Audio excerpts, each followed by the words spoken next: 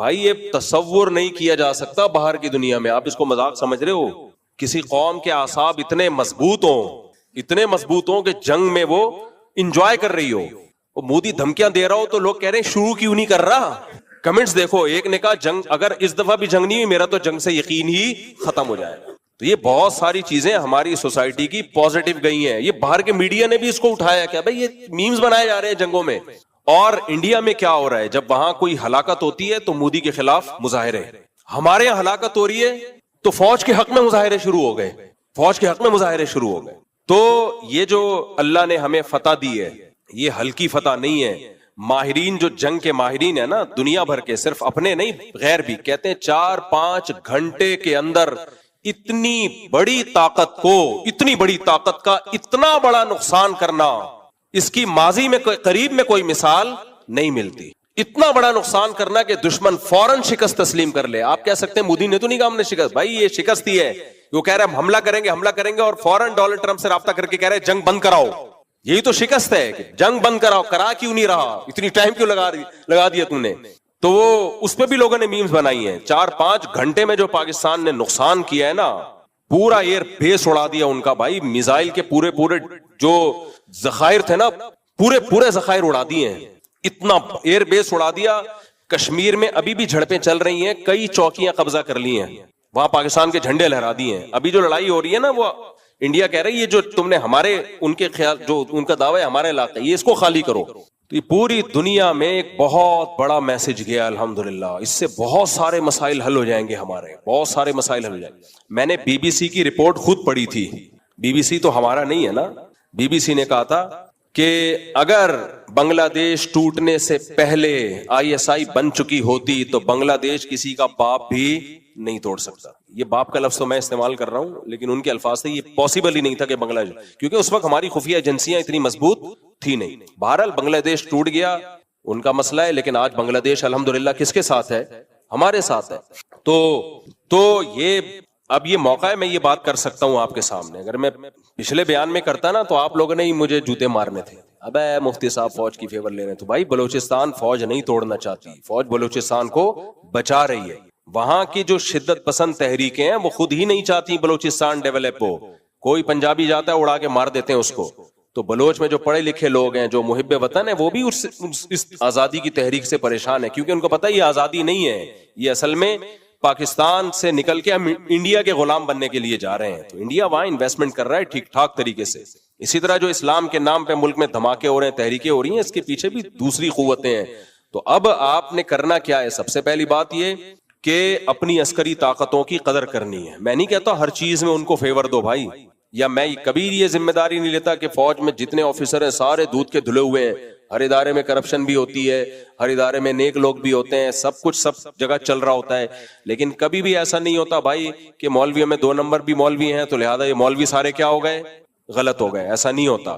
سارے مولوی کبھی غلط نہیں ہوتے. ڈاکٹروں میں چند 2 نمبر ڈاکٹر بھی ہوتے ہیں تو کبھی بھی یہ نہیں کہا جائے گا کہ سارے ڈاکٹر کیا ہیں, یہ ڈاکٹری کا شعبہ ہی غلط ہے. ڈاکٹری کے شعبے کو غلط کہہ دیا نا آپ نے, اس کا مطلب آپ لوگوں کی صحتوں سے کھیلنا شروع کر دیا آپ نے. تو اس طرح فوج میں یہ کہنا کہ سارے ہی 2 نمبر ہیں, پوری آرمی ہی غلط ہے, یہ بالکل غلط بات ہے. اس کا نقصان کیا ہوگا کہ اس کا مطلب آپ اپنے پاؤں پہ خود کلہاڑی مار رہے ہو. اور یہ جو منفیت ہمارے دماغوں میں گھسی ہوئی ہے اس کو نکالنے کی ضرورت ہے. اور ایک انتہائی اہم ترین بات یہ ہے کہ فوج اچھی ہے بری ہے بھائی, آپ کے پاس اس کے علاوہ کوئی آپشن ہے نہیں. آپشن نہیں ہے آپ کے. جب آپشن ہی نہیں ہے تو پھر یہ سوچنے کا کیا فائدہ اچھی ہے بری ہے بھائی, آپشن نہیں ہے. آپ کے ملک کو بچانے کے لیے یہ جو ایٹمی پاور پاکستان بنا ہے نا, اب بہت ساری باتیں کھل کے بیان نہیں کی جا سکتی ہیں, اس میں سویلین کو بھی کچھ کریڈٹ دیا جاتا ہے, ہوگا, لیکن اصل میں یہ کریڈٹ سویلین کا اتنا زیادہ ہے نہیں, یہ جاتا ہے کریڈٹ بھی فوج کو.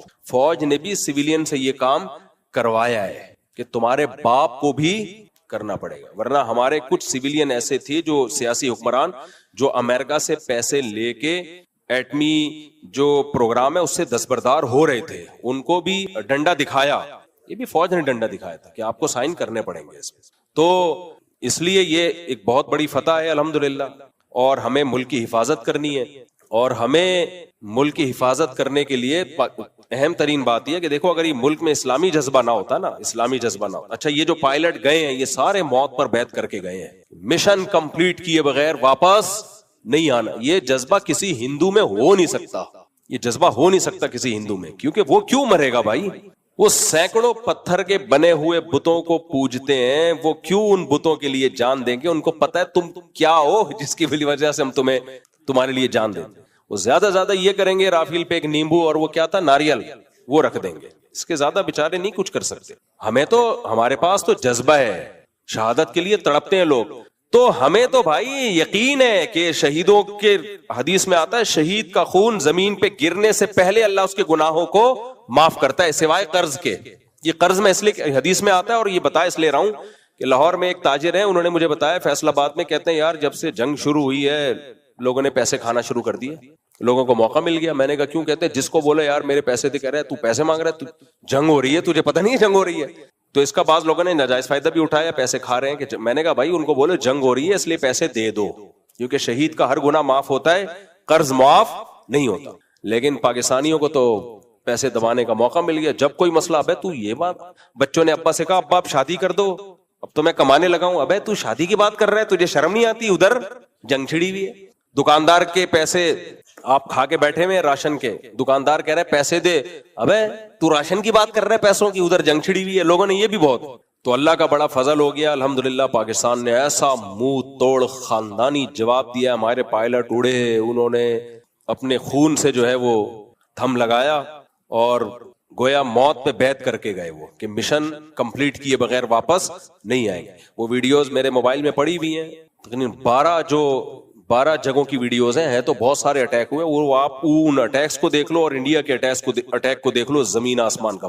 اور پاکستان نے سویلین پہ نہیں کوئی بم گرایا، سارا ان کے آرمی کے ایریے پہ اٹیک کر کے ایسی کی تیسی کر دی الحمدللہ۔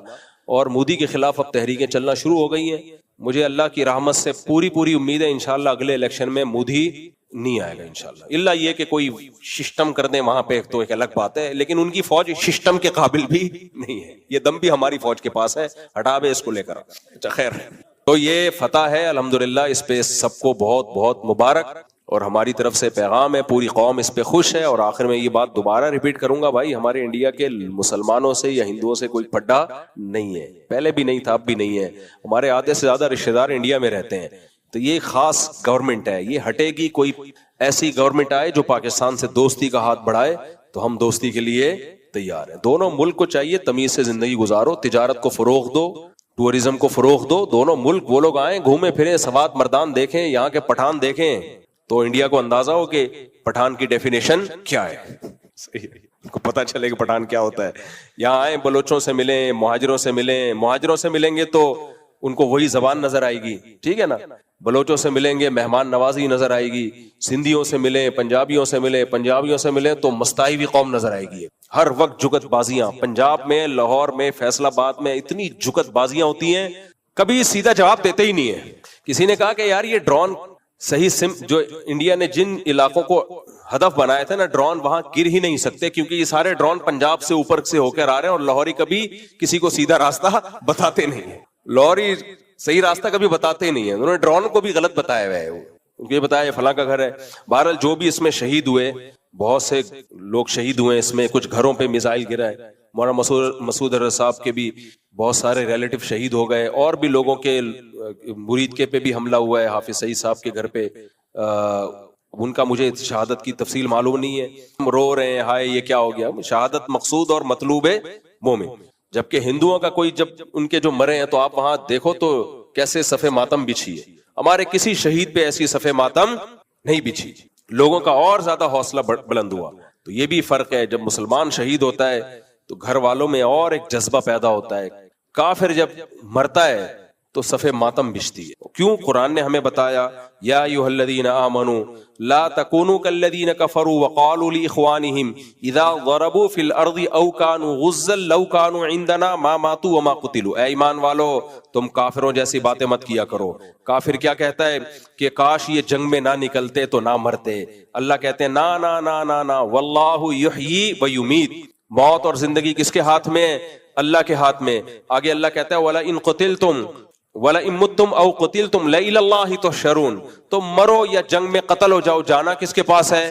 اللہ کے پاس جانا ہے. تو وہ دیکھ نہیں رہا تم میری راہ میں شہید ہوئے ہو، اس کا اجر دے گا تمہیں. ہم بھائی موت کے بعد زندگی ختم نہیں ہوتی ہے، اللہ تعالیٰ ہمیں دوبارہ زندہ کرے گا. تو ہمارے پاس تو حوصلہ ہے بھائی، ہمارے پاس کیا ہے؟ قرآن کی آیت ہے. کافر کے پاس تو کچھ بھی نہیں ہے، تو اس کا رونا بنتا ہے. ہمیں اللہ حوصلے دیتا ہے.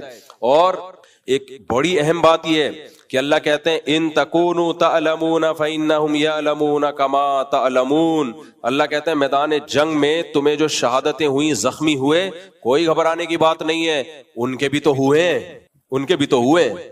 اور فرمایا یہ جو مزے کی آیت کیا ہے؟ وَتَرْجُونَ مِنَ اللَّهِ مَا لَا يَرْجُونَ. تم اللہ سے امیدیں لگا کے بیٹھے ہو، انہیں اپنے پتھروں کے بنائے ہوئے بتوں سے کوئی امید نہیں ہے. ان کو پتا ہے یہ کچھ بھی نہیں کر سکتے. بھائی گائے کچھ بھی نہیں کر سکتی ہمارا.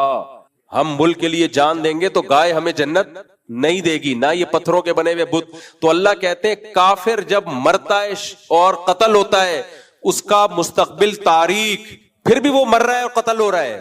تمہیں تو اللہ کی طرف سے خوشخبریاں ہیں، تو تم کیوں غم کر رہے ہو؟ تم کس بات کا غم کر رہے ہو؟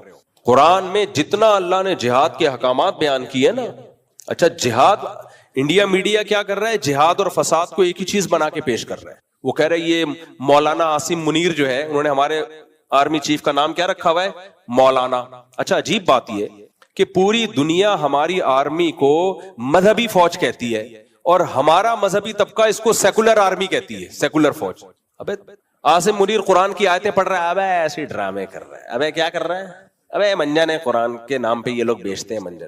آرمی چیف نے کیا کیا؟ جب یہ بنیان مرصوص نام بھی قرآن سے لیا ہے اور جب آپریشن شروع کیا ہے، لوگ کہہ رہے تھے بٹن پہ پاؤں رکھ کے بھول گیا. یہ ایک صاحب کا میرے پاس میسج آیا، مصعب پانی وانی کا جا کے پوچھو، تھوڑا سا ریسٹ کر لیں کہ میزائلوں کے بٹن پہ پاؤں رکھ کے.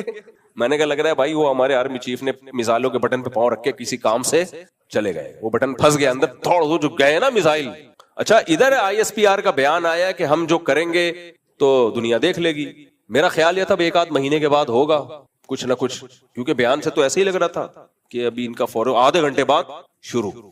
تو وہ بٹن پہ پاؤں کے، ہمارے ایک دوست کا میسج آیا بھائی یہ کہ بٹن پہ پاؤں رکھ کے بھول گئے ہیں کیا؟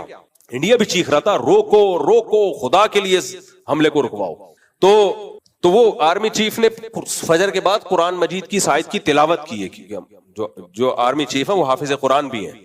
اچھا ہم لوگوں کو کہتے تھے یار یہ ہمارے لیے فخر کی بات ہے کہ ہمارا آرمی چیف حافظ قرآن ہے. کہتا ہے بھائی یہی تو 2 نمبر ہی ہے. یہ لوگ مذہب کارڈ استعمال کرتے ہیں، قرآن پڑھتے ہیں، لوگوں کو بیوقوف بناتے ہیں. ہمارے شیخ حضرت مفتی عبدالرحیم صاحب، ان کے تو سویلین سے بھی، آرمی کے آفیسر سے بھی، ہر طرح کے طبقے سے بہت، وہ زرداری کو میرے اور آپ سے زیادہ اچھا جانتے ہیں، وہ شہباز شریف کو مجھ سے اور آپ سے زیادہ اچھا جانتے ہیں. تو وہ بتاتے تھے یہ جو آرمی چیف ہے یہ تہجد گزار ہے، یہ کبھی نماز قضا نہیں کرتا. میں نے آج تک یہ بات ممبر پہ نہیں کہی، مجھے پتا تھا آپ لوگ جوتے مارو گے، اس لیے کہ آپ بولو گے بوٹ پالیشیا، کیونکہ یہ فیشن یہ چل رہا تھا. میں نے کہا بھائی ایک اصولی موقف رکھو، کون تہجد گزار چھوڑو، ہمیں تو ایک ادارے کو فوکس کرنا ہے. وہ تو ملے ہیں نا. کہتے ہیں بھائی ان کا حوصلہ بہت بلند، اب سے نہیں بہت پہلے سے کہہ رہے ہیں، بہت بلند حوصلے والا آدمی ہے، یہ تہجد گزار ہے، یہ علماء کی بڑی قدر کرتا ہے. تو ہم بھی کہتے تھے حضرت بس ہم تک ہی رکھیں، یہ باہر کسی کو نہ بتائیں. لیکن آج یہ ہمت ہوئی ہے ہم بھی آپ کے سامنے یہ باتیں شیئر کر لیں. تو پوری دنیا کہہ رہی ہے مولانا عاصم منیر ہے، یہ مفتی عاصم منیر ہے یہ، اور ہمارا سیکولر طبقہ یا ہمارا جو لبرل طبقہ ہے، جو مولانت کا طبقہ ہے، دیندار طبقہ ہے، وہ کہہ رہے نہیں ہے یہ کیا ہے؟ سیکولر ہے. سیکولر لوگ کہہ رہے ہیں یہ مذہبی ہے، اور مذہبی لوگ کہہ رہے ہیں یہ مذہبی نہیں ہے. یہ نیگیٹیوٹی پھیلائی گئی ہے، یہ دماغ بنایا گیا ہے، یہ ذہن خراب کیا گیا ہے، پروپیگنڈا کیا گیا ہے ملک کو برباد کرنے کے لیے. تو اس نے صبح فجر کے بعد یہ آیت تلاوت کی ہے کہ ان اللہ یحب الذین یقاتلون فی سبیلہ صفا کأنہم بنیان مرصوص. اللہ ان لوگوں سے محبت کرتا ہے جو اس کی راہ میں لڑتے ہیں صف بستہ ہو کر، ایسے لڑتے ہیں گویا کہ وہ سیسا پلائی ہوئی دیوار ہے. اور یہ اس کو نام بھی اس لیے دیا گیا کہ پاکستان کا ارادہ تھا ایئر اٹیک کرنے کا، خاندانی قسم کا ایئر اٹیک ہوگا. تو یہ بنیان مرصوص اسی کو تو کہتے ہیں، سیسا پلائی ہوئی دیوار. انہوں نے کیا نام رکھا؟ سندور. اس پہ اتنی میمز بنی ہے کہ یار سندور تو دلہن کو لگائی جاتی ہے، اس پہ لوگ بنا رہے ہیں کہ یار سندور کے بعد، اچھا مجھے نہیں پتا تھا سندور اسے کہتے ہیں. ہمارے ایک دوست ہیں، پٹھان دوست ہیں، بڑی میمز بناتے ہیں یار. اس نے مجھے بولا کہ مفتی صاحب انڈیا نے مودی نے سندور لگا دی ہے، اس کا اس کے بعد تو اب سہاگرات رہ گئی. میں سمجھا نہیں کیا کہہ رہی ہے, میں سمجھا نہیں. میں نے کہا یار میں آپ کے ہر لطیفہ میری سمجھ میں آتا ہے, یہ میری سمجھ میں نہیں آیا. کہہ رہے ہیں مفتی صاحب سندور لگا دی, اب ہم سہاگرات منائیں گے. میں نے کہا کیا کہہ رہے ہو؟ پھر اس نے بتایا سندور دلہن کے لگائی جاتی ہے اور ایسا ہوتا. تو